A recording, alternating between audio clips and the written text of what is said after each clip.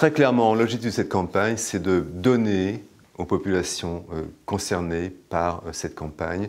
un message qui est celui des bons réflexes à avoir en cas d'accident nucléaire auprès d'une installation nucléaire. Ça veut dire effectivement d'abord s'informer,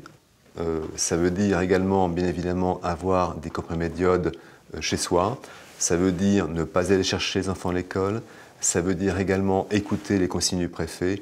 éventuellement prendre de l'iode si le préfet le demande, et dernier point, se préparer si besoin est également à répondre à une demande d'évacuation de la part du préfet. En tout état de cause, c'est un message, ce qu'on souhaite faire passer au public, un message de précaution et d'écoute des consignes préfectorales. Il est tout à fait important, par rapport à un sujet aussi majeur que les conséquences potentielles d'une action nucléaire, que l'ensemble des acteurs concernés soient mobilisés. En premier titre, les populations elles-mêmes, et c'est leur rôle de bien comprendre les mesures de protection des populations et notamment de disposer de comprimés d'iode chez eux. Et nous souhaitons que dans les premiers mois de 2016, un maximum des populations qui sont dans cette zone PPI puissent aller à la pharmacie retirer les comprimés d'iode.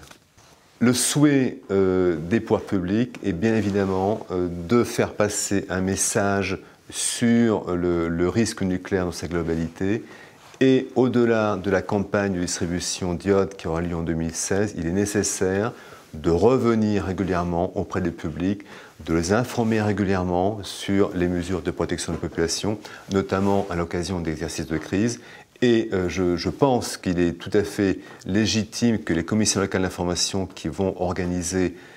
à partir de 2016 des réunions publiques chaque année puissent revenir sur le sujet des mesures de protection des populations.